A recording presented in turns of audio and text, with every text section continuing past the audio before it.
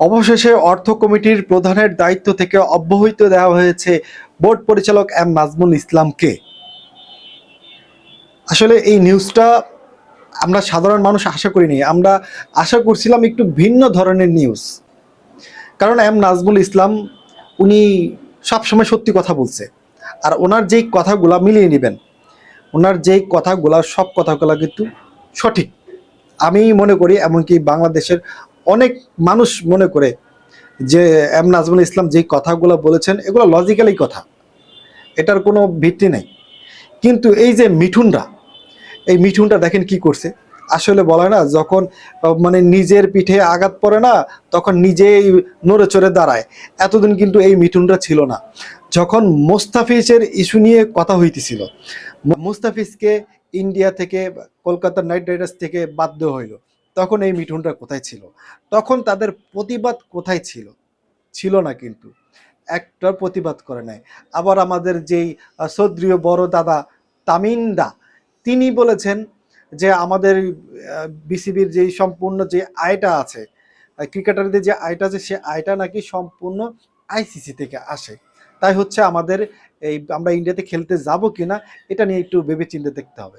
তো এই জন্য হচ্ছে এই এম নাজমুল ইসলাম তামিম ইকবালকে দালাল কি বলছে, দালাল বলছে, দালাল। তো দালাল বলছেন, এমনকি আমাদের এই দেশের মানুষ, এই দেশের জনগণ নাজমুল ইসলামের এই কথাকে সমর্থনও করেছেন। কারণ দেশের মানুষ এখন ভালো মন্দ খারাপ কোনটা সবকিছু বুঝে গেছে আর সবকিছু জানে। এই যে মিঠুনরা তারপর হচ্ছে এই মিরাজরা যা শুরু করছে, অবশেষে মনে করেন যে এই নাজমুল ইসলামকে বিসিবির সকল দায়িত্ব থেকে তাকে অব্যাহত করে দেওয়া হচ্ছে, তাকে সরিয়ে নেওয়া হচ্ছে। সে আর বিসিবির বোর্ডের কোনো পরিচালক থাকবেন না, অর্থ কমিটির কোনো প্রধানও থাকবে না, সে কিছুই থাকবে না। মোট কথা হচ্ছে সে বিসিবির কোনো কিছুতেই ইন্টারফেয়ার করতে পারবে না। আর আমাদের দেশের যে ক্রিকেটাররা ভাই, এরা মাঠে না পারলেও খাটে ভালোই পারে।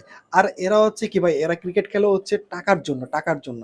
এরা দেশের জন্য, দেশের মানুষের জন্য কখনো ক্রিকেট খেলে না। এদের হচ্ছে টাকা দরকার।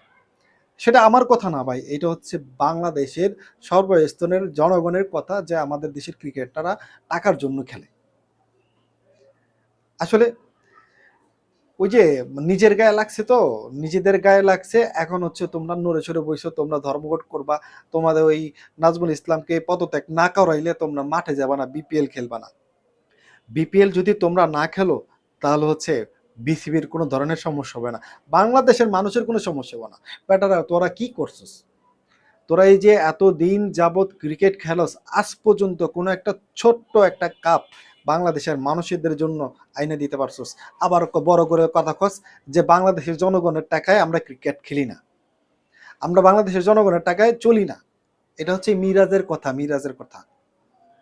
বাংলাদেশের জনগণ যদি তোদের ক্রিকেট খেলা না দেখতো, তাহলে তোমরা কিন্তু এই সেলিব্রিটি হইতে পারতা না।